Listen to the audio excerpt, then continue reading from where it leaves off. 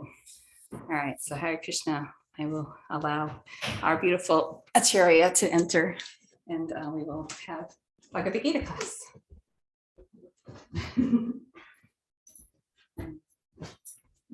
Since we don't have a send, maybe just pass out the Bhagavad Gita. Yeah. Good idea. There's one over here. Oh, yeah, that's. There's another one. There we have here. There's a bunch of the bags. Oh, there you go. I found it now. Did we do like the full size or pocket size?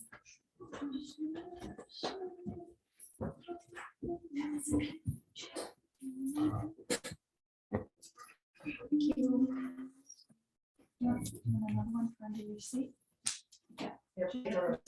No, okay, thanks. Thanks.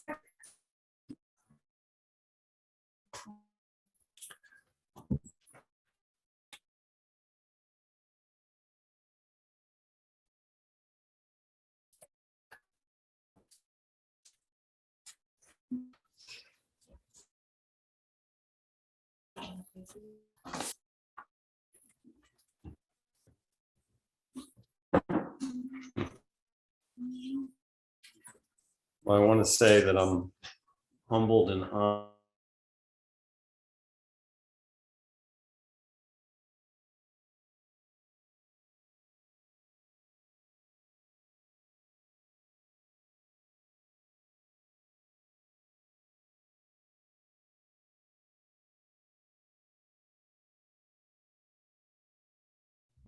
Nice. Yeah.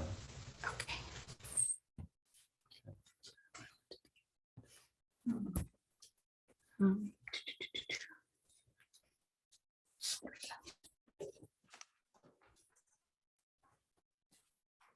I'm humbled and honored. And it's such a wonderful experience to see so much enlightenment in each of your Krishna consciousness. It's like, wow, it's remembering old days when I joined the movement and how much just raw enthusiasm there was for serving Krishna and Srila Prabhupada. And I see that in a lot of you, and it's very inspiring. So I want to say thank you. Yeah, very cool. I'm not a great scholar. I'm not as learned as dear Govinda. I'm not going to know all the verses that he knows. And I'm going to try and speak from my heart and share some of what Krishna shared with me. So, and I don't know exactly how dear Govinda conducts the classes. I'll probably a little bit, but hopefully we'll get the essence of Krishna consciousness shared today. So at the beginning of a class, we generally chant to Lord Krishna for his blessings. Om Namo Bhagavate Vasudevaya. Yes. All right. So before we chant that, I want to talk a little bit about what that is. I can't really see, these aren't glasses, but it's an invocation. And for myself, each would be invoking the Lord into their sphere, into their praying for Krishna's incarnation. For myself, I'm asking the Supreme Lord to appear within my heart and to open the door of my heart that I might speak as Krishna is speaking to me and become a transparent via media for the Lord's words, for the Lord's mission. And when I'm sitting in a class, we're invoking and saying that please render my heart that I may accept the Lord's words or the message of the Lord's that's being spoken through this person that's endeavoring to become a via media. And also the person is speaking is praying that also let me hear the words of the Lord, that I can practice that in my life, so that we become the transparent via media and simultaneously we become the recipient. And this is the process of devotional service. So So we're both praying as we chant Om Namo Bhagavate Vasudevaya, that this invocation that Krishna incarnates in us and creates an open door for transcendence to come through and for us to receive that. So I'm going to chant that. Om Namo Bhagavate Vasudevaya. Om Namo Bhagavate Vasudevaya. Om Namo Bhagavate Vasudevaya. Om Namo Bhagavate Vasudevaya. Om Namo Bhagavate Vasudevaya. Om Namo Bhagavate Vasudevaya. Okay. So today we're going to be reading from the Bhagavad Gita as it is by Srila Prabhupada. And we're going to be reading from the 4th chapter, 10th verse, which is the chapter of transcendence. So verse 410. And I'm going to read the Sanskrit, and then you can repeat after me. Vitaraga Vaya Krodha Vitaraga Vaya Krodha Manmaya Mamupasritaha Mamaya Mamupashritaha Bahavo Janatapasa Bahavo Jnanatapasya Putamad Bhavam Agataha Uttamad Bhavam Agataha Vitaraga Vaya Krodha Vitaraga Vaya Krodha Mamayam Mamupasritaha Mamaya Mamupashritaha Bahavo Janatapasa Bahavo Jnanatapasya Putamad Bhavam Agataha Uttamad Bhavam Agataha Vitaraga Vaya Krodha Vitaraga Vaya Krodha Manmaya Mamupasritaha Manmaya Mamupashritaha Bahavo Janatapasa Bahavo Jnanatapasya Putamad Bhavam Agataha. Uttamad Bhavam Agataha If you want to recite. Vitaraga Vaya Krodha Vitaraga Vaya Krodha Manmaya Mamupashritaha Manmaya Mamupasritaha Bahavo Jnanatapasya Bahavo Janatapasa Uttamam Bhavam Agataha Putamad Bhavam Agataha Vitaraga Vaya Krodha Vitaraga Vaya Krodha Mamaya Mamupasritaha Mama Mamupasritaha Bahavo Jnanatapasa Bahavo Janatapasa Uttamad Bhavam Agataha. Putamad Bhavam Agataha. We'll try it. Vitaraga Vaya Krodha Vitaraga Vaya Krodha Mamaya Mamupasritaha Mamaya Mamupasritaha Bahavo Jnanatapasa Bahavo Janatapasa Uttamad Bhavam last one. Agataha Agataha. Putamad Bhavam Agataha. Vitaraga Vaya Krodha Vitaraga Vaya Krodha Mamaya Mamupashritaha Mamaya Mamupasritaha Baho Jnanatapasa Bahavo Janatapasya Uttamad Bhavam Agataha Putamad Bhavam Agataha. Okay, so I'm just we'll do a word by word translation now. Vita, Vita, freed from. freed from. Raga, Raga, attachment. attachment. Vaya, Vaya. fear. Fear. Krodha, Krodha, anger, anger, Maya, Maya, fully in me, fully in me, Mam, Mam, unto me, unto me, Pasritaha, Upashrita, being fully situated, being fully situated, Bahava, Bhava, many, many, Jnana, Jnana, Jnana, Jnana, there you go, knowledge, knowledge, Tapasa, Tapasa, by penance, by penance, Puta, Puta, being purified, being purified, Matbhavam, Madhavam, transcendental love for me, transcendental love for me, Agataha, Agata, attained, attained, being freed from attachment,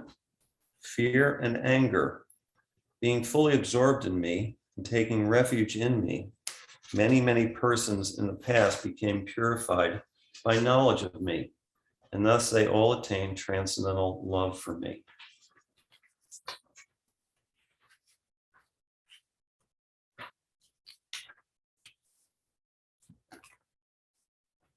Srila Prabhupada's purport. As described above, it is very difficult for a person who is too materially afflicted to understand the personal nature of the supreme absolute truth. Generally, people who are attached to the bodily conception of life are so absorbed in materialism, it is almost impossible for them to understand that there is a transcendental body which is imperishable, full of knowledge, and eternally blissful. In the materialistic concept, the body is perishable, full of ignorance, and completely miserable. Therefore, people in general keep the same bodily idea in mind when they are informed of the personal form of the Lord. For such materialistic men, the form of the gigantic material manifestation is supreme. Consequently, they consider the supreme to be impersonal. And because they are too materially absorbed, the conception of retaining the personality after liberation from matter frightens them. When they are informed that spiritual life is also individual and personal, they become afraid of becoming persons again, and so they naturally prefer a kind of merging into the impersonal void. Generally, they compare the living entities to the bubbles of the ocean, which merge into the ocean. That is the highest perfection of spiritual existence, attainable without individual personality. This is a kind of fearful stage of life, devoid of perfect knowledge of spiritual existence. Furthermore, there are many persons who cannot understand spiritual existence at all, being embarrassed by so many theories and so many contradictions of various types of philosophical speculation. They become disgusted or angry and foolishly conclude that there is no supreme cause and that everything is ultimately void. Such persons are in a diseased condition of life. Some people are too materially attached and therefore do not give attention to spiritual life. Some of them want to merge into the supreme spiritual cause, and some of them disbelieve in everything, being angry at all sorts of spiritual speculation out of hopelessness. This last class of men take to the shelter of some kind of intoxication, and their affective hallucinations are sometimes accepted as spiritual vision. One has to get rid of all three stages of attachment to the material world: negligence of spiritual life, fear of spiritual personal identity, and the conception of void that underlies the frustration of life. To get free from these three stages of the material concept of life, one has to take complete shelter of the Lord, guided by the bona fide spiritual master, and follow the disciplines and regulative principles of devotional life.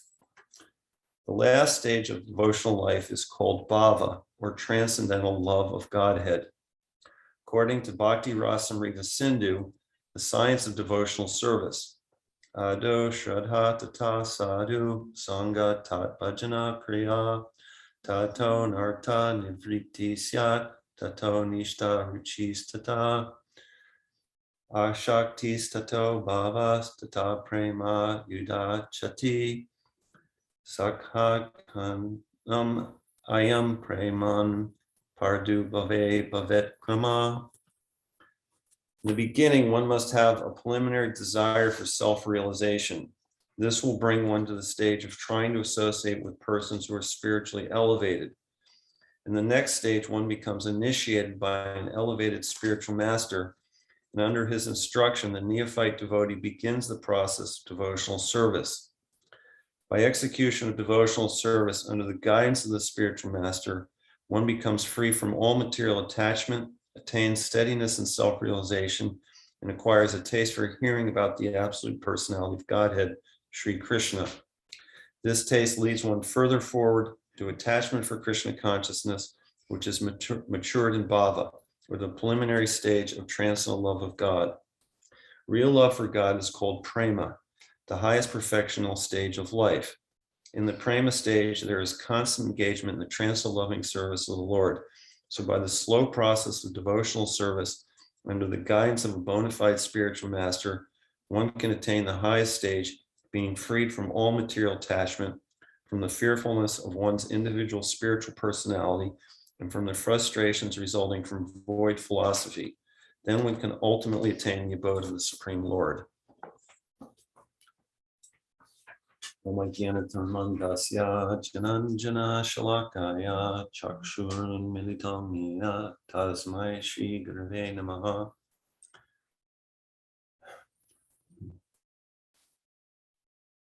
Jai Shri Krishna.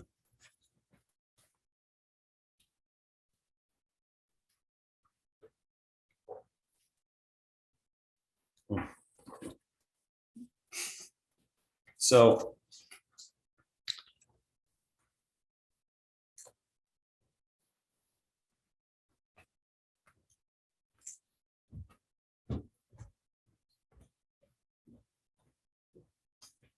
I was reading from Srila Prabhupada here. By the slow process of devotional service under the guidance of the bona fide spiritual master, one can attain to the highest stage, being freed from all material attachment, from the fearfulness of one's individual spiritual personality, and from the frustrations arising from void philosophy. So the point that I want to start here with is Srila Prabhupada saying by the slow process of devotional service. You know, we are in the material world trained to follow the fruits of our activities. We want an immediate reaction for our labors. We have that expectation. I do this today, I get paid tomorrow. All right. Devotional service is not like that. Devotional service is a gradual process through which we receive the blessings of the spiritual master and Krishna. And those blessings are not awarded to us in a fruitive labor relationship where I do this and then my spiritual master blesses me. All right. Business. It's not a business relationship, exactly. It's a loving relationship where we are so inspired by our spiritual master and by the process of bhakti yoga and Krishna consciousness that we overcome our fruitive natures and we offer our service with love without expectation. So this is a very fundamental understanding in Krishna consciousness. That Krishna consciousness and bhakti yoga is a process of love and devotion without expectation for personal reward. All right. As we give up our expectation for personal reward, we start to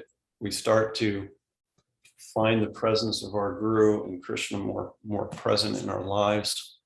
And we start to overcome the fear, we start to overcome the attachments, and we start to overcome the illusions that we have in the material bodily concept of life. So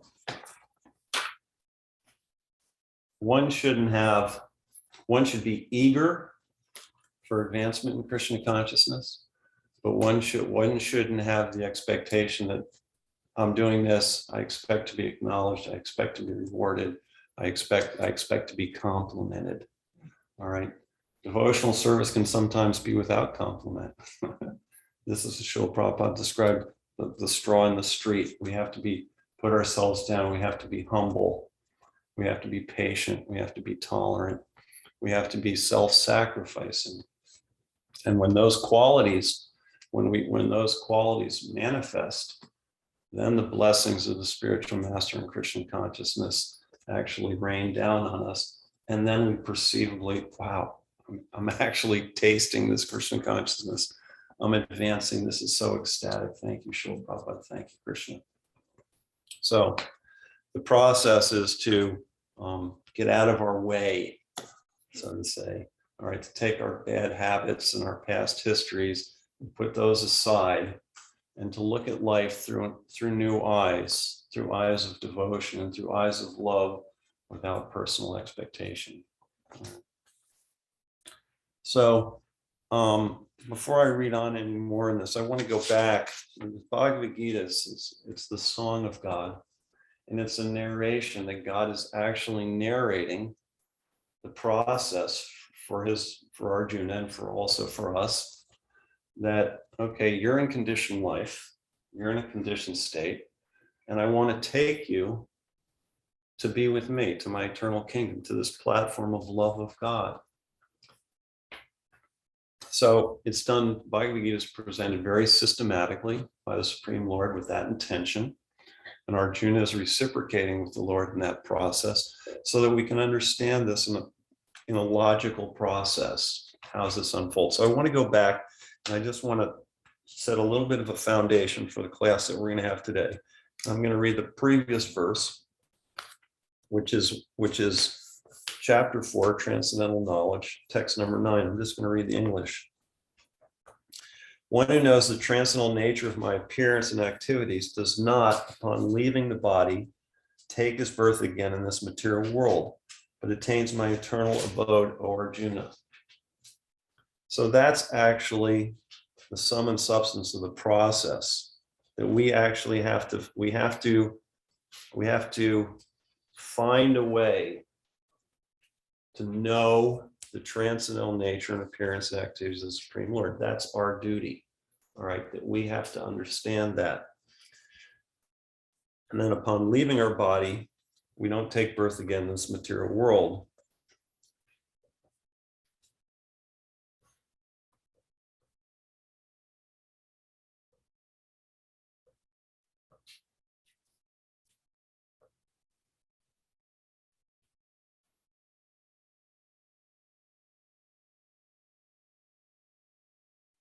So in this purport, Srila Prabhupada says, but the devotee, simply by understanding the transcendental nature of the body and activities of the Lord, attains the abode of the Lord after ending this body and does not run the risk of returning again to this material world.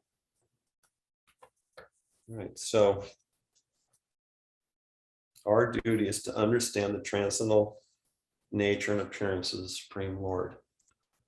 With that understanding, we actually qualify ourselves to transcend life in the material world, life in the material body. All right, so that's the foundation for our verse today. And in the beginning of our verse starts three things: being freed from attachment, fear, and anger. These three things. Once one is freed from those things, then he finds, okay, I'm absorbed in Krishna because these other things aren't sucking my attention all day long. All right. I'm not running around fearful of what's going to happen. I'm not attached to the results. All right. And I'm not angry about what I didn't get or what befell me in my life's experience. All right. So we're free from those things. Because those things are not present in my consciousness, I have the ability to absorb myself in the deeper meanings of life and the deeper relationship with God. All right. So that's where this verse starts. So in the process of getting to know God's transcendental pastimes and activities, one has to develop the process of self-monitoring. This is self-realization. Srila Prabhupada described this: when the sun comes up, you see simultaneously yourself, you see the world, you see God, light. So we have to have in ourselves a consciousness of self-observation. All right. What consciousness is occupying my bandwidth right now? All right. What am I thinking about? What am I contemplating? What am I worrying about? All right. What's in my way of where I really want to be? Okay. How do I get there? All right. So, like in my own practice, I'm meditating, I'm chanting my japa, and some anartha will come up. The anartha is the unwanted thing. So I'll sit there and contemplate it. My mind will wander this and then. Oh, Krishna, what is that? This is an unwanted weed growing in my heart. All right. These things are seeds, sinful seeds that take us away from Krishna consciousness. I'll say, Krishna, can you please reach into my heart with me? I'm going to put my hand on that root. Put your hand on that. Let's pull this thing out together. All right. So I'm trying to take an active process in this process of purifying myself. This is the devotee becomes active in their Krishna consciousness. So we all want to have a self-monitoring system, and we want to intelligently start co-creating with Krishna the process of purifying our own hearts and our own lives to remove the obstacles that are blocking us from moving forward. Oh, Krishna, I'm thinking about money. I'm thinking about wealth. I'm thinking about sense gratification. Let me reach down into my heart, put my hand on that, and let me pull it out. Will you pull with me? Let's pull together and pull it out. And then all of a sudden in the heart, you notice that my heart's not congested with this disease of materialism, all right, with this disease of self-centricity where I'm the all-important being in the room. No one is as important as I am. No one's as realized as I am, all right? No one is as kind, as compassionate. No one is as special as I am, all right? All these illusions that we've allowed to grow within our hearts. And then we see that, oh, wow, there's some portion of my heart I'm not so envious anymore. All right. Or I'm not so greedy anymore. All right. And you see this in people. Some people are super generous. They give without any consideration. So, wow, that's a quality I want to make room for. All right. I want to clear my heart so that quality can manifest in me. All right. And we start the process of working with God intelligently in the process of bhakti yoga, all right, to start removing these qualities, being freed from attachment, fear, and anger, all right. Okay. Firstly, we're not the doers of anything, all right. Who's the doer? Exactly. Krishna's the doer. I love the modes. Nature. Yes. See Krishna. Yes, the modes are there.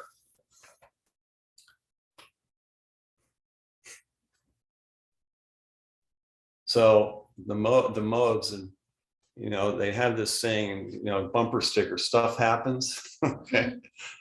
It's not that the stuff doesn't happen because that's our karma. All right. But how we respond to it, that's our free will. All right. So the modes are there. And it's how we respond to the modes that either further entrap us in the modes or free us from the modes. All right. So our duty is to desire purely, desire for the Lord's pleasure, desire for Srila Prabhupada's pleasure, desire for the pleasure of the Vaishnavas, desire for the compassion and the suffering of the conditioned souls, all right, to actually stop thinking about our own welfare long enough to think about something that's maybe more important than ourselves, all right, all right. This is a really big thing, that I'm not all important. My hunger's not so important. My wealth is not important. My prestige is not so important. Actually, the fact of the matter is I'm just a dog in the street. Let me get the hell out of the way. Let me do something for somebody or something that means something that's better, more important than I am. Find some humility in our hearts. And when those things are cleared, they don't have to be completely cleared, they're partially cleared.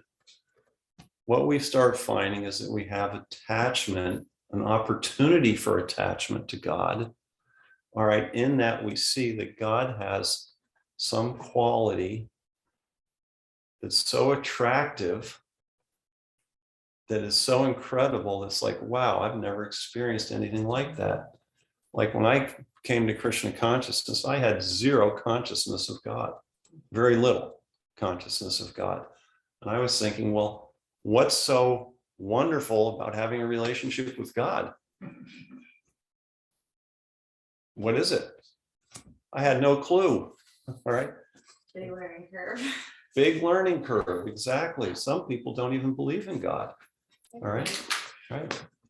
Yeah. So we start there. All right. We start with, we don't have any concept that there is a God. And then we get out of our own way, getting rid of these principles. Then we find enough room. Oh, maybe there is a God. And then we get out of our way that, yeah, there is a God. And by the way, that person is so wonderful and so awesome. I would do absolutely anything to please that person, to be with that person, to spend time with that person. All right, to have that person look kindly on me. All right, to be loved by that person. How wonderful is that opportunity? All right. And we start to see that God has, something I was going to talk about at the beginning of class, and I didn't actually mention it. All right. Hearing the voice of God in our hearts, by saying, opening the door for transparency, for God's words to come through, for the transparency to hear that message and to actually take it into our heart. All right. How do we know that it's God's words that are being spoken in our hearts, that it's not just my mind talking? All right. Because that voice has saying something, telling me something that I couldn't possibly have known on my own. All right. And I can give an example of that. I had a friend who was in the Army, and he said he was in the foxhole. And all of a sudden he heard the word duck loud, and he ducked, and the bullet went right where his head was, right over the top, right over his helmet. All right. Srila Prabhupada was in the car with his disciples one time driving, and the disciple was in the back seat with Srila Prabhupada, and Srila Prabhupada grabbed his cane and put it up against the front, the back of the seat, all right, to hold himself. And the devotee looked at that, and then the car was hit in an accident. So Srila Prabhupada had prior knowledge to the accident happening before he heard Krishna within the heart. All right. So has knowledge that we don't have. And it comes in a voice that's not our own voice. All right. Speaking with words that we wouldn't normally speak. All right. This is just an example, all right, of having a relationship with God in such an incredible intelligence, such an incredible information, such an incredible awareness that we didn't ever have access to. All right. But now, because we're getting out of our way, we're starting to have access to this, and we're seeing that our life is being opened and filled by that presence of God in a way that we never could have achieved or acquired on our own independently from that relationship with God. All right. And we start to build on this. We say, you know what? I just had communion with God. It might have been a small communion, but it was something new to me. It was something different than I ever experienced. It's something that I want more of. Give me more of that. All right. And we start getting out of our way more and more to make more room for the presence of God and less room for our own egos. All right, less room for the ahankara, more room for God, more room for God's way, more room for God's people.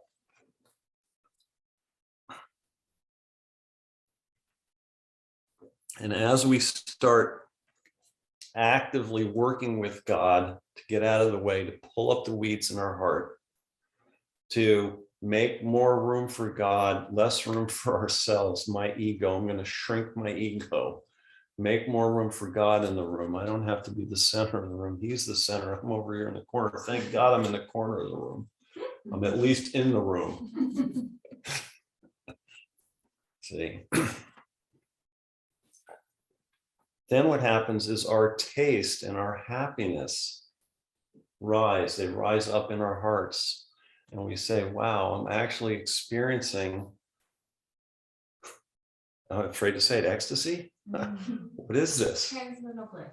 Transcendental bliss. Thank you. Exactly. And we don't have to be fearful. Like, I'm a lousy singer. I don't know the verses very well. And, you're shy, you hide, you don't want to. Guess what? It doesn't matter. We're all in this situation together. We're all in the material world. We're all in the material body. None of us are better than anybody else. We're all learning the same lessons in different ways. So ours is to help each other, all right?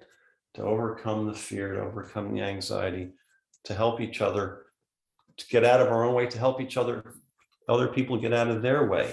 All right. So I'm going to go a little further into the verse now. And there's three things here. Firstly, I want to ask the group, can anybody say that they're not perishable? Everybody's perishable? The material body is going to perish? Yep. Can anybody say that they don't suffer from ignorance? No, they can't. Nor can anybody say that they don't experience moments of being miserable. Right? Moments. Moments, yes. Only moments. Yeah. And Right. if they say they don't suffer ignorance, then you're very scary. Yeah. Right. So these are the three things that are being addressed in this verse. That and these three things, let's see here.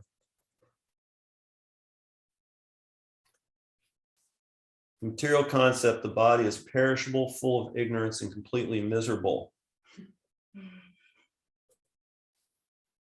Therefore, people in general keep this same bodily idea in mind when they are informed of the personal form of the Lord.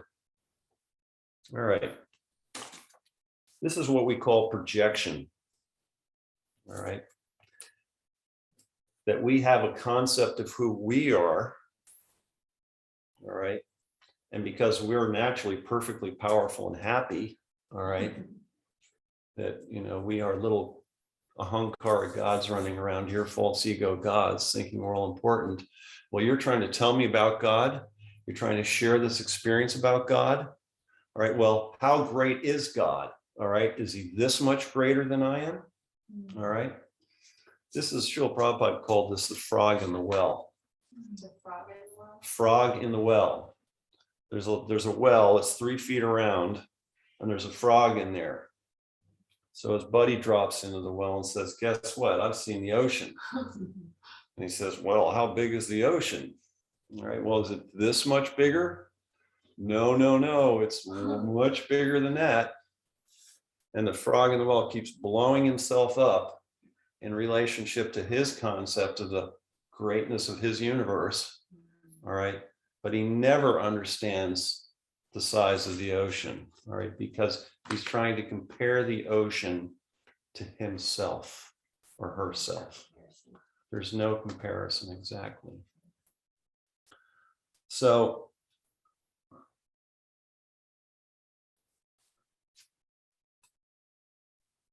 the problem for the ego is that when one hears about God, one has to redefine themselves in terms of what they've heard.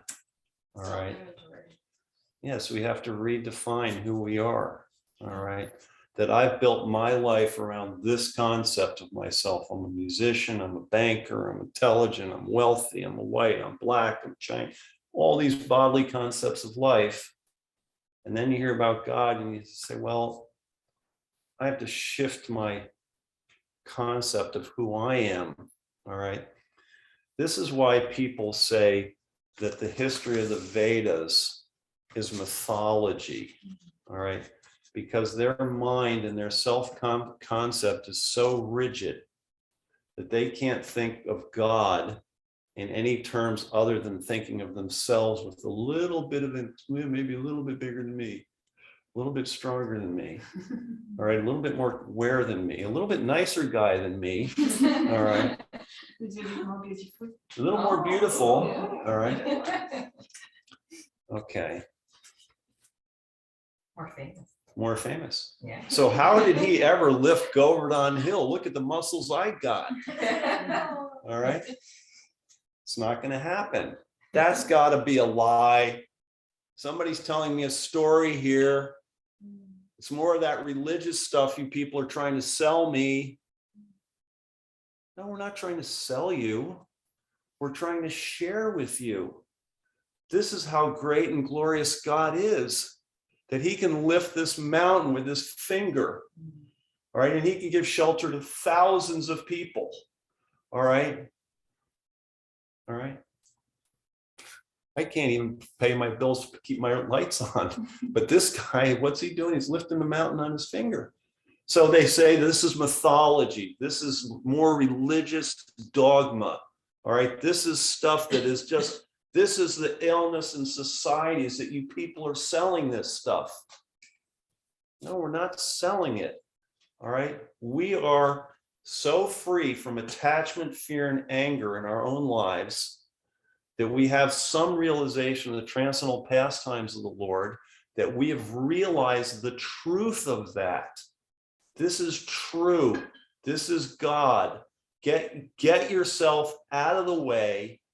Try and understand this message, try and do some service and bring God into your life, start working with God, start cleaning your hearts, start giving up your fears, attachments, all right, and start developing this personal relationship with God, because when you have the relationship with that person, all right, your own life is going to become so transformed that this perishable life is going to end and you're going to transcend it. You're going to step over that death. There's not going to be any more ignorance because you're going to have a spiritual body that's full of knowledge and eternity. And you're not going to be miserable. All right. Yeah, I like what you're saying. I just want to say that it's like how it manifests for me is it's so freeing to not take things personally and to like have that peace and like you're saying, like attachment to outcome, like what will be. I'm not the driver, you know. Right. Yeah. Right. And what happens in here is that you don't have to worry anymore. Mhm. There's no more worry. All right. I don't have to worry about whether I'm going to have money to pay my bills because I know God's going to give me the money. I don't have what? Oh, no. Oh, Oh, no. not gives you the money. Or no, he's going to give me the money. Oh, maybe not. Or maybe not. All right. Perhaps But that attitude, all right, when that attitude is there, that maybe not, it doesn't matter either way, then I don't have the lesson to teach this person. I might as well give them money, give them the food, okay? And God feeds you, and God cares for you, and God puts shelter over your head, all right? And you don't have to worry anymore. Wouldn't that be a glorious day? No more worry? Fantastic, though, but you can see it in bits and pieces as you go on, all right? I just want to say that I think what Melanie is saying is what if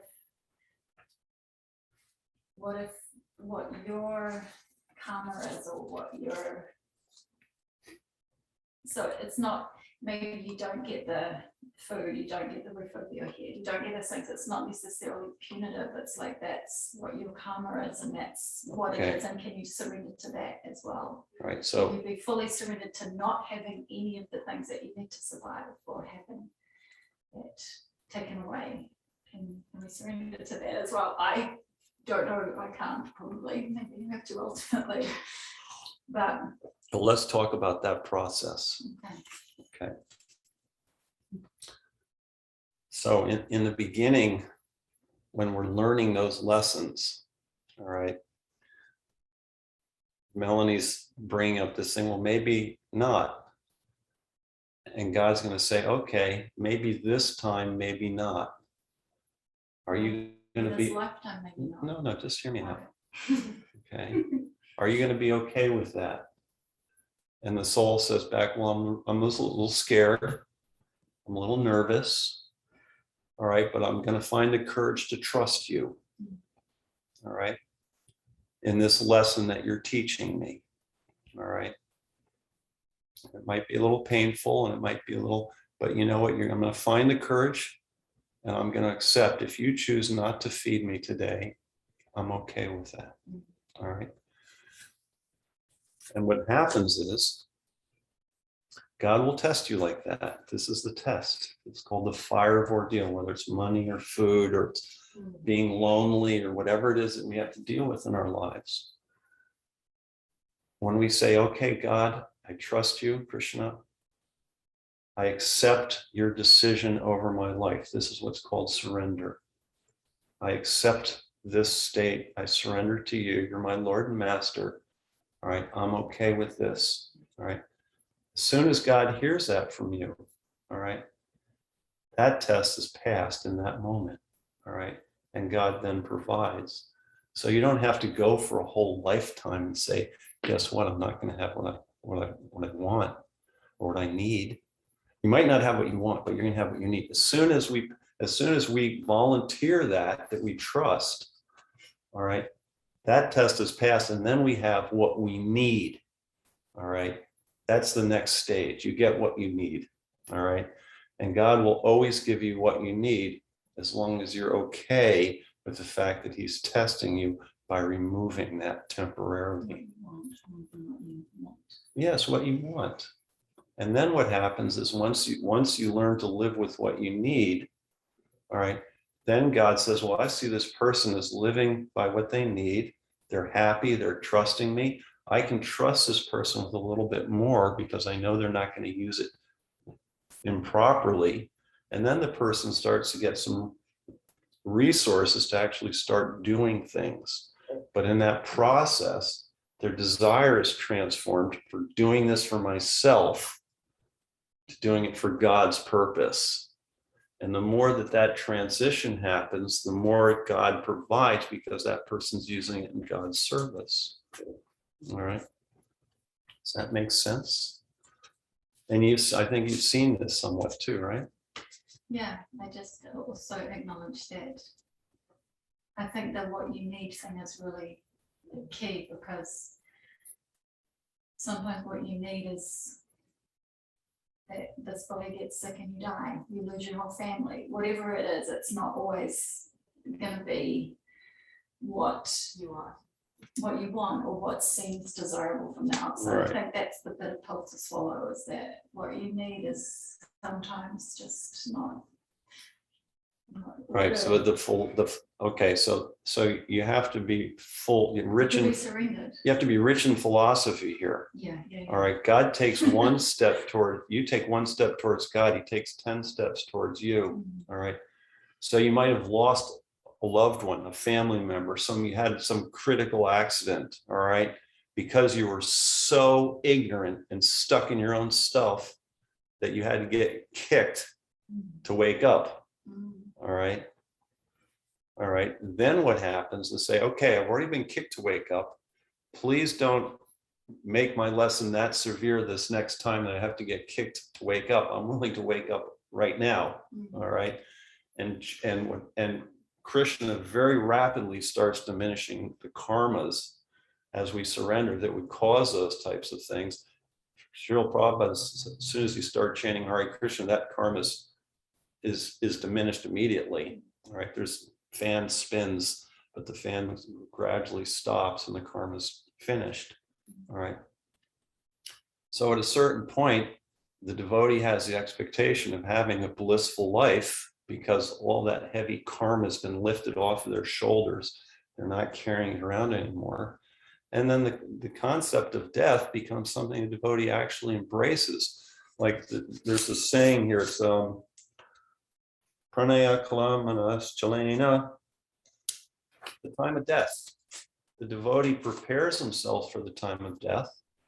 So what's the worst possible thing at the time of death? Oh my God, I'm going to go back to Godhead. This is fabulous. Bring it on. All right. Let's have it. Let's do the dance right now. I'm ready. I think Right. that's the part of the surrender too. It's just accepting that it's, we don't, decide, and it's, God's will. What, when we pass, when we leave this body, if we get ill, I find a lot of peace in that. Like I feel very similarly. Like death is not something to be afraid of. It just is, and it's going to happen. Right. We spend our lives making friends with the fact that we have to die. And the way we make friends with that experience is by living a righteous life. All right.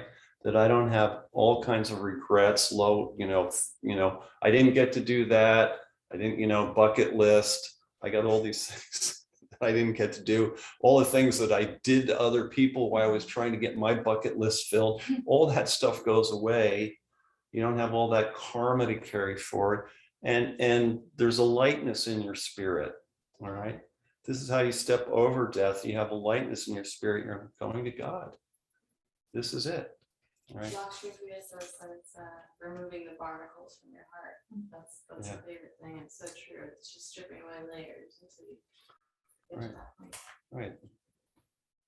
And even if we don't have a great concept of God,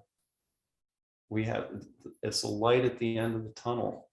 Let me see the light. And if you start looking for the light and the possibility that there's a God, and there's a possibility of a relationship, and there's a possibility of transcending death, and there's a possibility of something way more than the life I'm living right now, why am I doing what I'm doing now that's keeping me locked in this life misery? All right.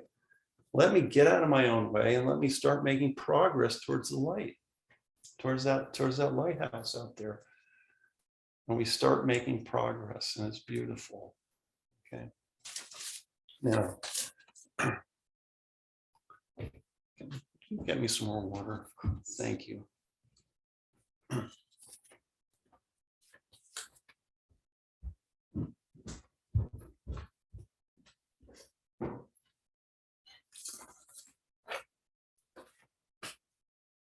I'm also trying to remember where in the verse it's for whatever I'm suffering, to say thank you, Krishna, because I deserve so much more. Like your mercy upon me. Thank you for what you've provided, and then part of it is the lesson as you were describing, but also like, and I'm trying to remember which verse was in, but I believe there was Continue company.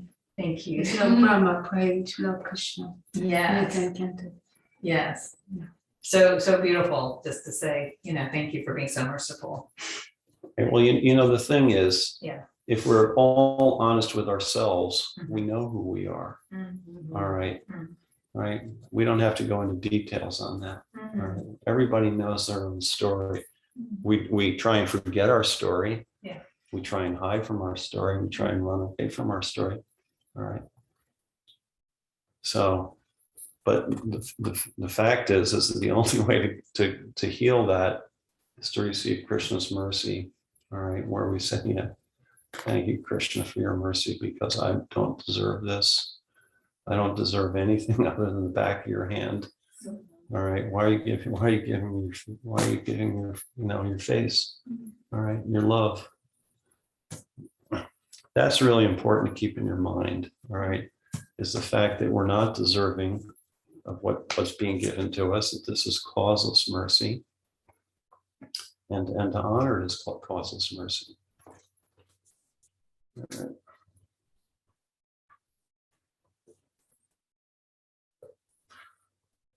So I want to read now about, there's a little paragraph in here.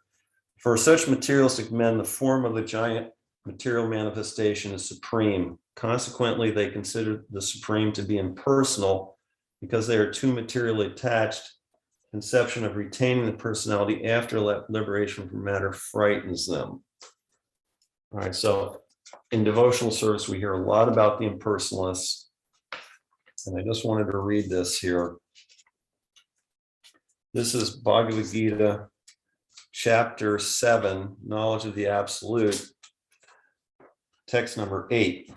O son of Kunti, Arjuna, I am the taste of water, the light of the sun and the moon, the syllable Om in the Vedic mantras. I am the sound in ether and the ability in man.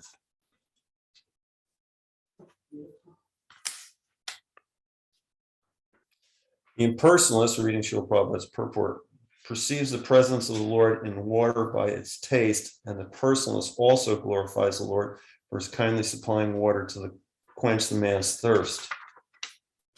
That is the way of perceiving the supreme. Practically, there is no conflict between personalism and impersonalism. One who knows God knows that the impersonal concept and personal concept are simultaneously present in everything, and there are no contradictions.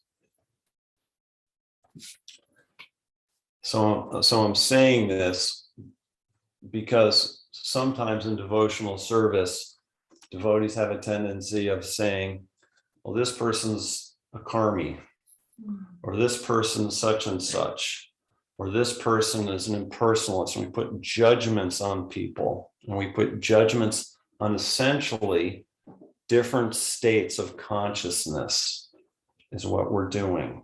All right. This person has consciousness for fruitive activities. All right.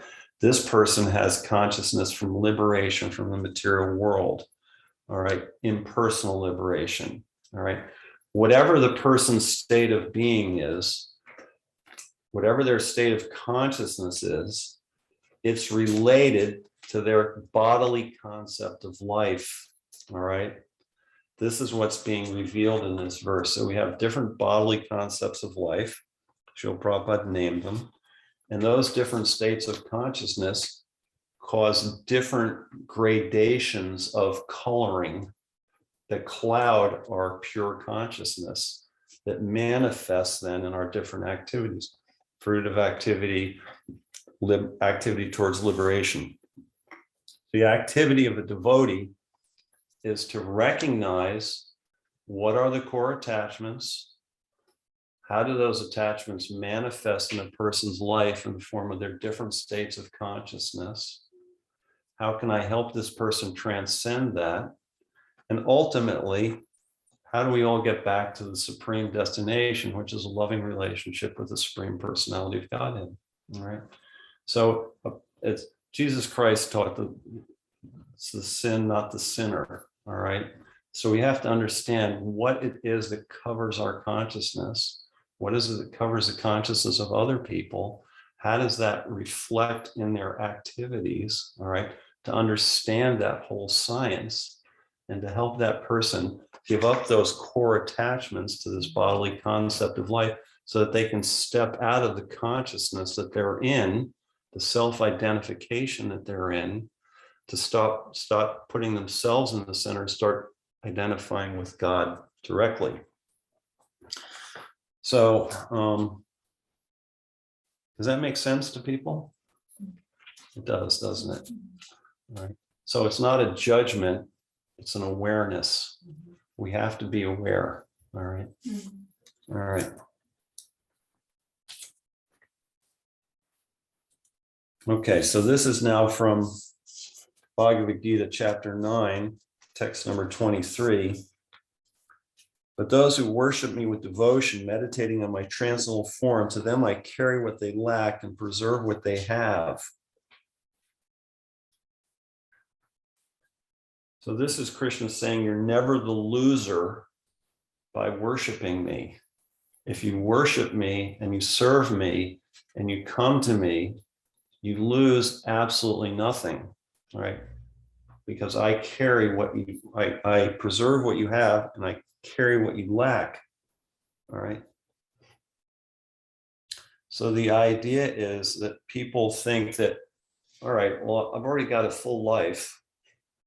Now I'm going to come to devotional service. Where am I going to make time for that? What am I going to give up? I have to give up my bowling. I have to, can't play tennis with my friends. I got to give up squawking on the phone with my girlfriends. All right. We have to give up something. That was a plural. What? That was a plural. Girlfriends. Just pop that. Just asking. Girlfriends, boyfriends, Yeah. men, whatever. Colleagues, let's say. Okay.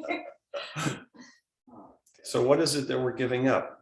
Yes, we're generally giving up something that's important to us, but that's part of the making room in the room for God and less room for our egos and saying, okay, I'm really ready to start shaving off some of what I have. All right. And what God says, well, if it's really important and it's something that's really important for your future life, guess what? I'm going to be holding that when you get to a point in your life when you need that and you don't have to worry about it. All right. So this is an important understanding in devotional service, that we can actually enter into this process of letting go of things in our lives, living in what we need rather than what we want, trusting that God is going to be there, that at a certain point in our lives, we're going to actually, if we need that thing, God is going to be there holding it, and it's going to be returned to us, or it's going to be filled in us, and we're going to have that thing. So that we can have the faith that this is actually occurring, all right? In the beginning, we might not trust that completely, but after you've gone on for some time in devotional service, you start to acquire personal experience of these things that God is saying, that yes, I lost this thing for some time, and then God has returned it to me, and now it's there in my life again. So when I didn't have it, he carried it, now I've got it, all right? And we develop trust. So this process of developing trust by, and this is a word that Dear Govinda used when I heard him speak that I really like because it's something I try in my life. Make an experiment out of your own life. See if God is trustworthy. Practice this process. Let go of what you think you need. Depend on what God's giving you.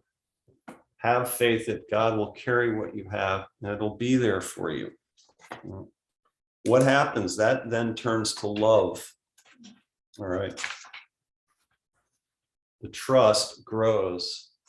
And what grows is that we have this experience in our heart that is so moving that we don't want to look back on the life that we used to have in the material world, that this thing is so rich and so full and so awesome. It's free. It's love. There's actually love in our hearts. So this is what I was saying earlier. I'm not a great scholar. I don't know lots of verses, but I actually in my own heart have moments of feeling love in my heart. And I know that it's not artificial. It's coming from inside of me. Right. And this is something that every devotee can have, and every devotee does have. Every devotee has that moment when they actually, their heart opened, the lotus of their heart opened, the flower blossomed, and there's love inside there. And that's a beautiful thing that we all share as devotees, all right? That we have that experience, or that we help each other with that experience, and that experience takes us farther in our own process towards God.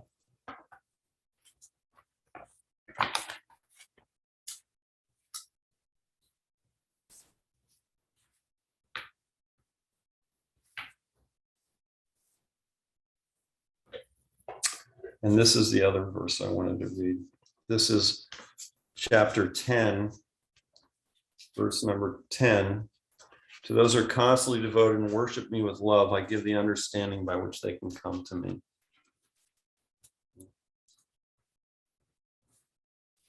There's a story about the Brahmin. You've all heard this story in South India, that he's illiterate and he's reading the Bhagavad Gita upside down, and all of his friends are laughing. You fool. What are you doing? You think you're a Brahmin? You don't even know you're holding the book upside down. All right. And Lord Chaitanya shows up and he like seriously inquires, why are you crying? All right. And the Brahmin can instantly tell that this person is genuine. He says, well, my dear sir, my guru has given me the instruction that I have to read Bhagavad Gita every day.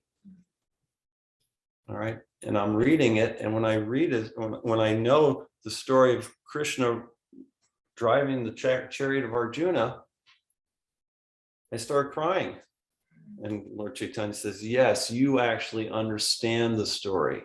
All right.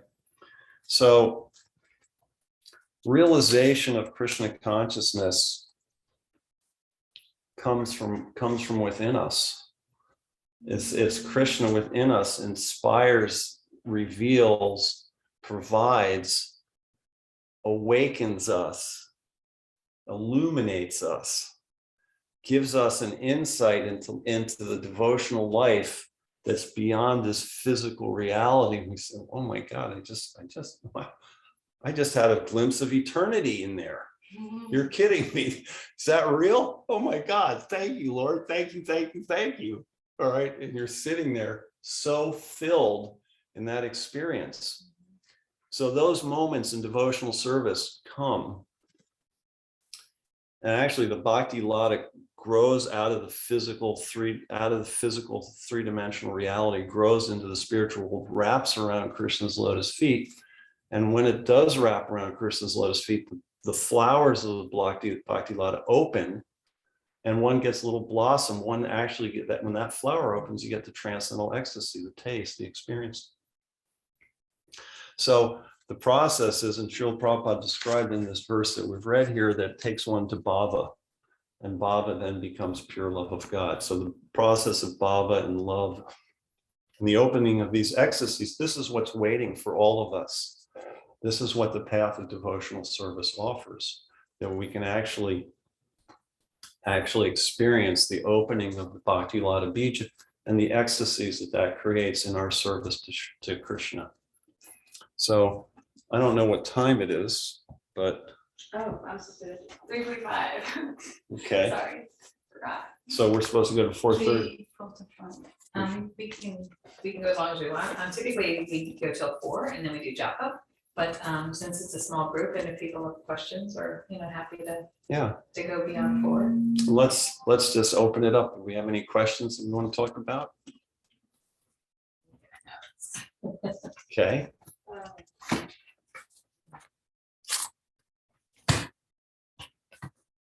So I don't know if it's necessarily a question, but I guess I would like your perspective. That I believe, I'm not sure where it's from or where I read it in the Bhagavad Gita or what, but like that we are in constant state, like we're not always happy, like we're gonna have happiness, we're gonna have sadness.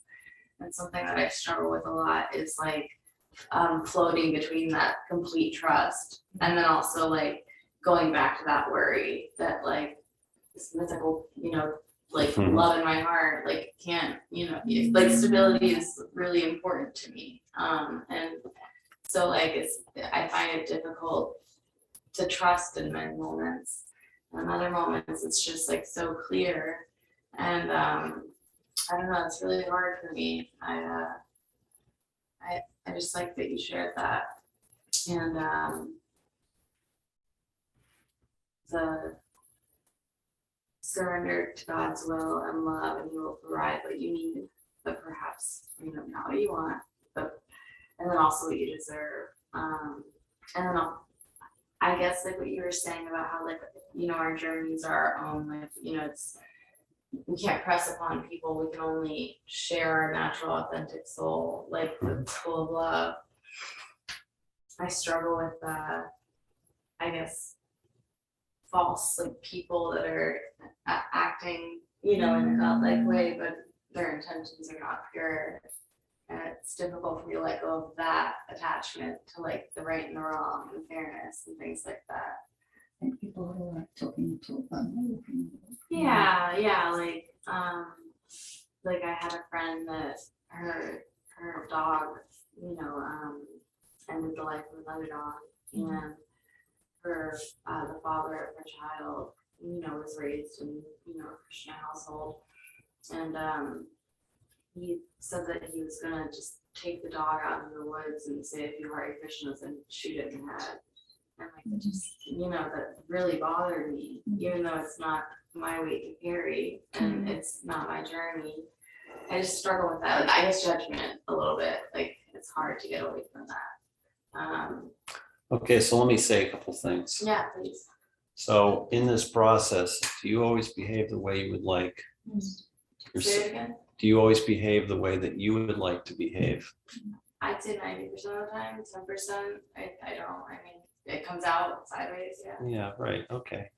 So we all have that shortcoming that we don't always Yeah. behave the way we would want to. For sure, yeah. All right. Definitely unsavory decisions. Yes, unsavory decisions, exactly. So because we have that experience in our own lives, we have a tool by which we can forgive other people when they have that same problem. Yeah, Right. yeah. I feel like I take it personally because I have such a love, and it just is like so special to me, Right. sacred. Yeah. Right. The problem is when we see other people acting in a way that would hurt others, and we want to lash out, and we want to correct it. It might not be in ours to correct that Right. person. All right. Yeah. So the best process is to correct ourselves first. All right. Okay. Work on that one. Which is what we're all doing. And I do this all the time with politicians and this and that and everybody else. I'm like, I strangle that guy. But the fact of the matter is they're under Krishna's control and everything's playing out perfectly according to Krishna's supreme plan. All right. And I'm just one little piece over here in the corner, Yeah. and I really don't have the power to do that. So that's one thing. The other thing he brought up at the beginning is that sometimes you're in the modes and you have a certain expectation for, I want steadiness in my life. I want comfort in my life. I have a certain concept of what my minimum standard is. And I don't like people taking me below my minimum standard. It's interesting. I used to be very like, I would wake up at 5 in the morning, do my makeup, shop at the mall. And, in the past 4 years, like, now I actually dislike shopping. I pretty much just go to the thrift store. I used to judge those people. And I just remembered something that I want to say because I'll forget it. How you were saying how sometimes you have to give something up to gain this love and open our hearts. I feel that often because my daughter is at an age where I can't be present in the moment. Like if I bring her here, she's little, Mhm. and so I have to sacrifice time away from her to fill my soul. And I feel like I guess like conflicted a little bit. Like I Sure. feel guilty. And like it's like my service to God first, and then service to my daughter. Like the children, children are just. This is a really big question in people's lives. Is my responsibility to my wife or my spouse or to God? Yeah. Is it to my community? Is it to my friends? Where do I define myself? All right. So what I found in my own life is when I'm going through that kind of struggle, I say, Krishna, here's my inner prayer. I don't know how to define myself. Would you please help define me for me? All right. And this is actually the process when Sanatana Goswami went to Lord Chaitanya and said, people call me a scholar, they call me a Brahmin, they call me sadhu, there's so many things, but really, who am I? All right. So when the heart becomes tender, some of the rocks break up a little bit in there. Yeah. All right. We can actually go to God and say, God, tell me who I am. Show me who I am. Help me understand who I am. Help me make the right decision here. All right. So in one moment, God might come to the center, and the next moment, your daughter comes to the center. All right. But God understands that because his daughter is dependent. All right. But so if you're bewildered in that moment, just stop. God, Krishna, I'm bewildered in this moment. Can you please help me with this? What is my center? Who am I? How do I deal with this? Right. All right. So this is the person. This is where the personal relationship with God is different than the impersonal relationship. The impersonal relationship is God is everywhere. All right. No personality. All right. And then the individual has to self find the way. All right. I have to find my way to liberation. I have to find my way to the Brahma Jyoti. All right. But when you have a personal concept of God and a personal relationship with God, you ask God to help you. God, I'm weak. Guide me. God, lift me, help me, carry me. This is say he carries what you lack. All right. So we can actually reach out to God as a friend and ask God to come into our lives, come into our heart, come into our soul and nourish us, uplift us, help us, guide us, whatever the problem is. All right. That's really powerful because I have a hard time asking for help, but in moments of like, like if I'm about to drop something as silly as that, I'm like, thank you, Krishna, like you just saved me from, like I'm able to thank and appreciate and love, but it's difficult to ask for help. I'm gonna write that down if I forget. Okay. Anyway, Krishna is there in everything. It's Krishna is everything. I do talk to him like a BFF all the time, like in the car, like all the time. Wonderful. He's a friend, yeah. Right. Okay, who else has comments? I have a question. Okay. And this is something that we talk about a lot, but it just came up for me today, which is, so if we're Satchit Ananda, then how are we also the unworthy original sinner? And because like the desire to realize Satchit Ananda is like negated by this kind of trance of like, I'm the sinner, I'm not worthy, I'm the little person over in the corner. And I understand the rationale behind that of kind of becoming more humble, more surrendered. But there's something about it, the flavor of it is super unpalatable to me personally, and I think to a lot of people, of like sin. It feels like old. Okay. Yeah. So this is a great question. So this question comes up, we're in the bodily concept of life, and we have some awareness. Well, I'm trying to help this person. I'm trying to do this. I'm trying to do nice things. I'm charitable. I'm humanitarian. All right. We have, relative to other people, maybe elevated ourselves beyond the behavior of other people, right? Which is necessary. Devotee needs to elevate themselves through piety. All right. So here I am giving, I'm feeding people, I'm working to help people, I'm sacrificing what I have, I'm doing all these wonderful things. Very easily you can recognize that you're living an exalted life compared to some people that are, toothy McToothless, that's drinking this and doing that and running around the neighborhood and just absolutely insane. It's very easy to see that differentiation. All right. But the thing is we're then looking at God the way we're looking at other people relative to ourselves, and we're making some judgment call. All right. When we actually perceive God, and we perceive God's purity, and we perceive God's qualities, all of a sudden our relative comparison of ourselves to other people and all of our piety it's diminished immediately. And we see the fact of the matter is, because I now see clearly in terms of God, not in terms of the other people that I'm looking at myself, but in terms of God, I now see that the fact of the matter is my piety was really not that great, not that awesome. Really, I'm pretty darn fallen.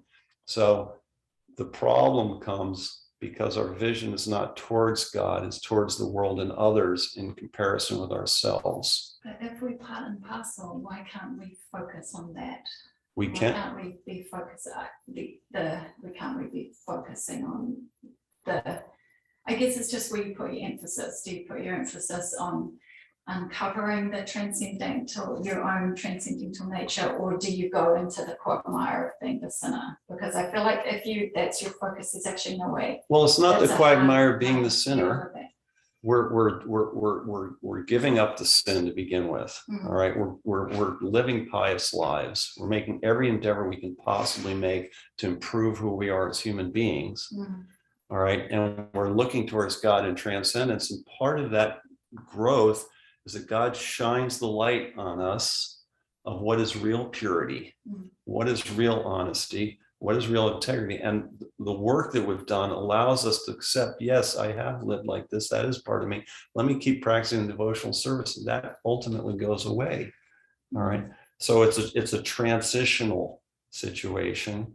But in terms of God, we're always, he's always great and we're always insignificant. That will never change. He's kind and he takes us in to let us be part of his family, live with him as equals. All right. But if he manifests himself as God and we're jivas, the difference is apparent immediately. I hope that helped. I don't know if it did or not, but. It's interesting that you see an emphasis on sinner. Because I see that in the Christianity. That's, But in Krishna consciousness, I read books, Prabhupada's books every day, and I don't see that emphasis. it was just and it's a conversation that we've had before, that it's more about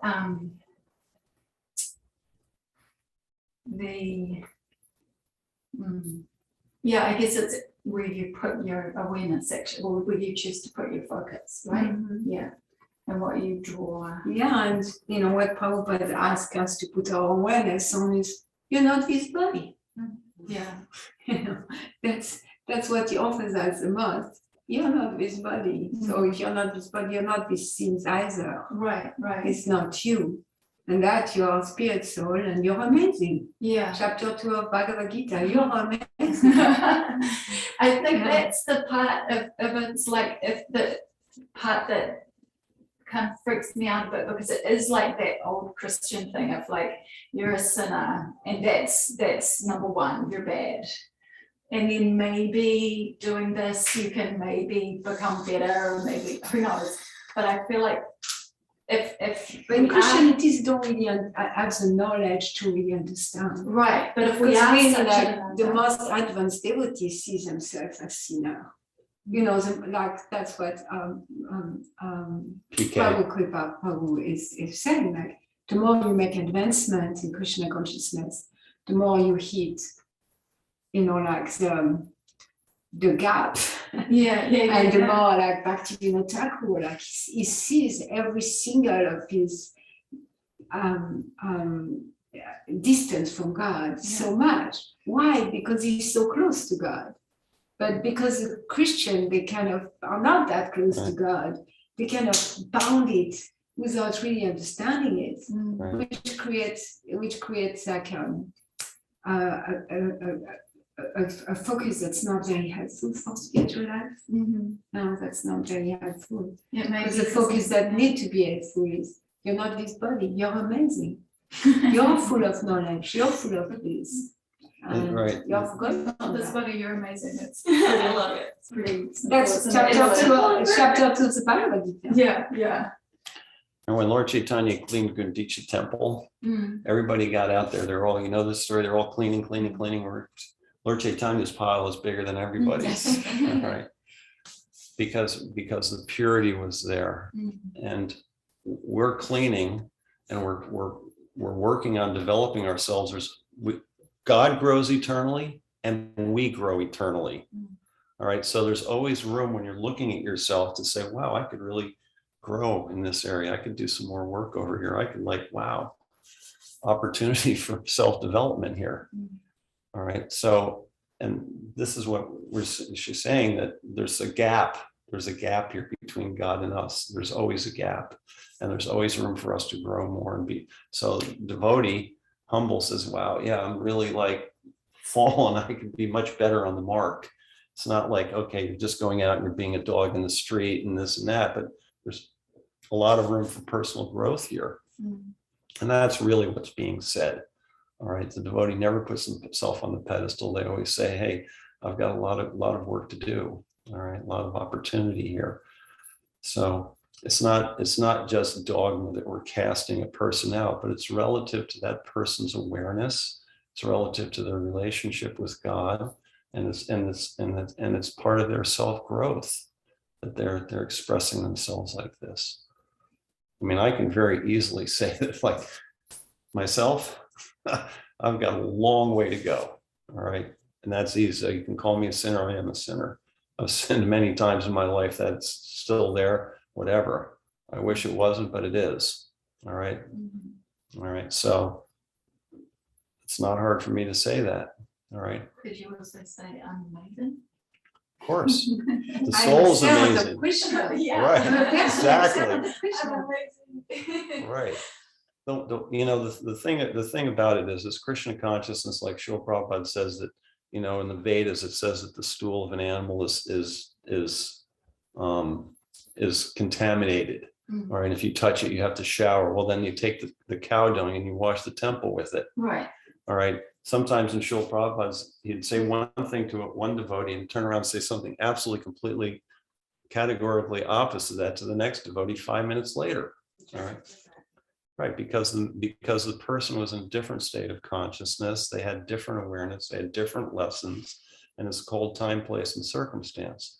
So in this process of saying, okay, well, I've got some real quandrum, I can't pronounce the word properly, between the philosophies, on one hand is saying this, and the other hand is saying the other thing, and how do I balance those two things? Mhm. This is part of the going to Krishna and saying, Krishna, this is something that I really don't understand clearly. Can you please provide some facility to clarify this for me so that I can grow through this complex problem that I'm trying to resolve? It's a very painful process of actually surrendering. Well, I don't really know. I don't want to actually admit that, or like I don't have all the information to really surrender and say like, I don't know. Yeah, it's painful. Right, well, That's what I mean. yeah, the process of surrendering becomes less and less painful the more frequently a person does it. Yeah, yeah. Right. So in the beginning, we have this whole attachment to this concept of who we are and what we are and how we define ourselves. Then we say, well, this is really serving because I'm holding on to something that I'm not. All right. And everything in the universe is pushing you to let go of that thing. And you're holding on like crazy. And you say, okay, I can't hold on any longer. Just give up. All right. And you surrender that much. And then, wow, life's a little bit better today. All right. And we get that experience. So the next time the universe is forcing you to surrender to something you're holding on. Well, last time I held on, let go. And then okay, I let go. And pretty soon you start the process of actually embracing the surrender and say, wow, I love to surrender. All right. Oh, but it is scary. Yeah. But at some point I love the surrender. And I know that Krishna is going to be there to protect me and uphold me and look out It's for just me. taking that leap. That's all it is. It's the leap of Letting go of faith. what you know. Right. And on the other side of the leap of faith is Krishna grabbing you and holding you and loving you. Trust fall. Exactly. It's the trust fall. Exactly. So, you know, the thing about it is it's really easy to be callous and hard and just self-satisfied in who we are. But then we find out that we really don't like ourselves. You know, I'm not really the greatest person. I'm not like, you know, warm and bubbly and enthusiastic, and people like, you know, they really don't want to talk to me because I'm also, and we just start, you know, saying, okay, let's make an experiment in my life. Let's start this process of surrender. Let's crack the egg open. Let's offer a couple prayers. All right. Let's try and get this wagon moving here. And we start the process and we get a little more momentum in the process. Pretty soon the heart is cracked open and you're chanting Hare Krishna at 3 o'clock in the morning in the middle of your sleep. All right. It's like so ecstatic because you've surrendered enough where the heart's actually becoming alive again. All right. There's actually real life inside of us.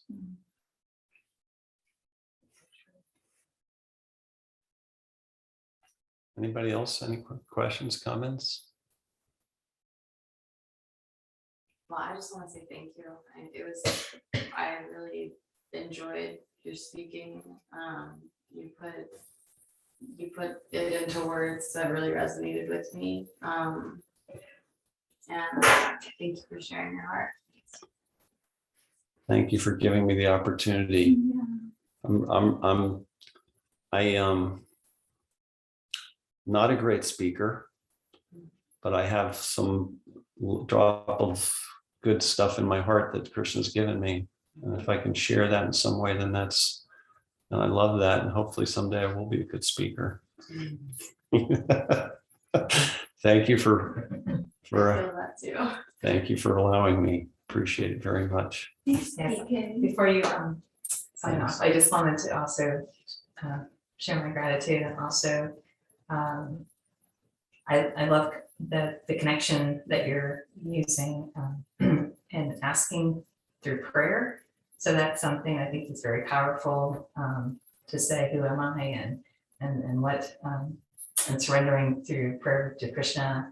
And so that's what my takeaway is. And I'd like to chant, but I also feel like I didn't think about expressing exactly what it is that I'm asking of Krishna. Mhm. So like actually giving it a voice to ask in prayer, and not that's what I want, but what, to look at myself and what do I need, and to trust that my prayer will be answered. Right. And that it's not just, it's a relationship. So I like that part too, that's a personal relationship, and that trust begins with feeling that protection and love from Krishna, that he is my friend, and that he does want to hear my prayer, Mhm. and he wants to receive me. And it may not be answered in the way that I want, but what I need, I will get from him.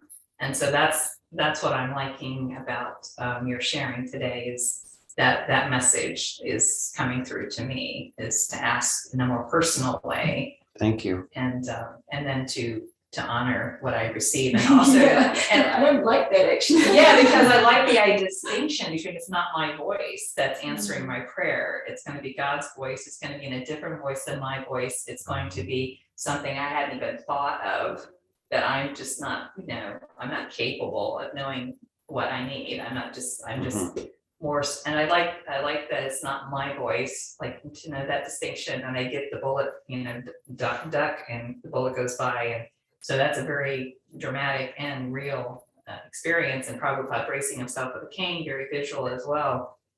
And just, there are times in my life, I felt the same way. Like I this is before I came to Krishna consciousness, but I almost stepped into a bus.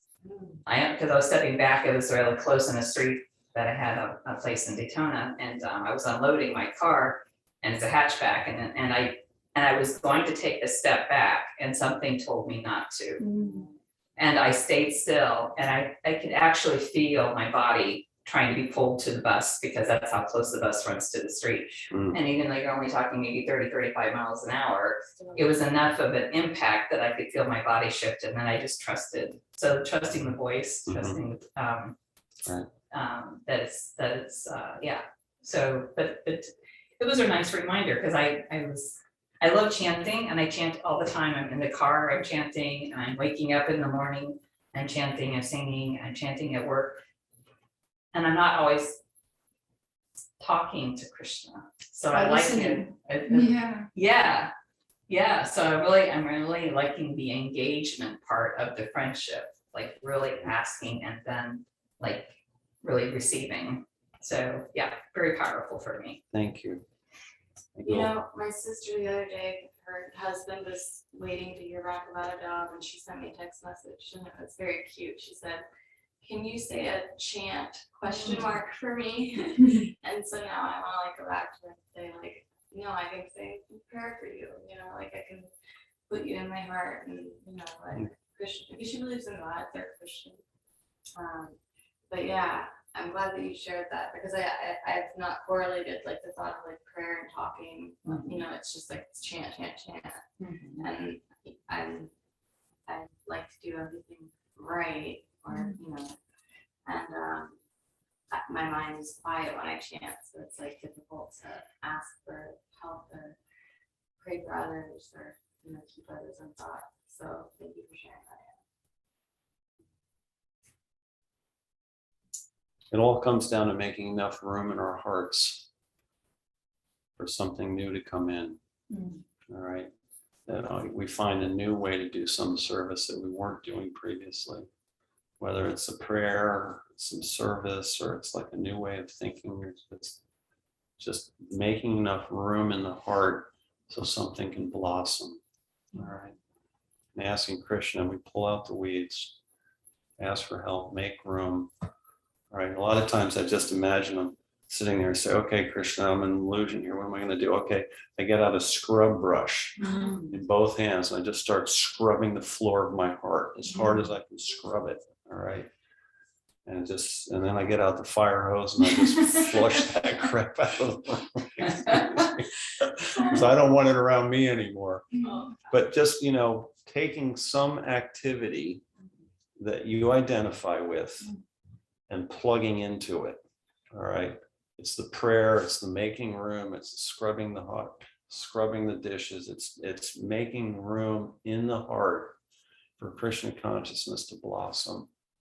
And The lotus to open. for the lotus to open, exactly.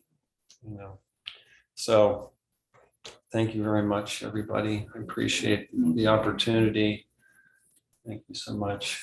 Okay, Lotus to Shil Prabhupada, Hare Krishna.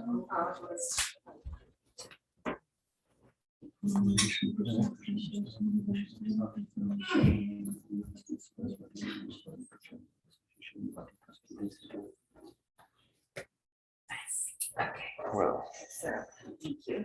You may stay there or you may go wherever you'd like. thank you very much. Yes, so thank you for staying with us, Devin. And I'm going to stop the recording part of this if I know how to do that. Let me do that.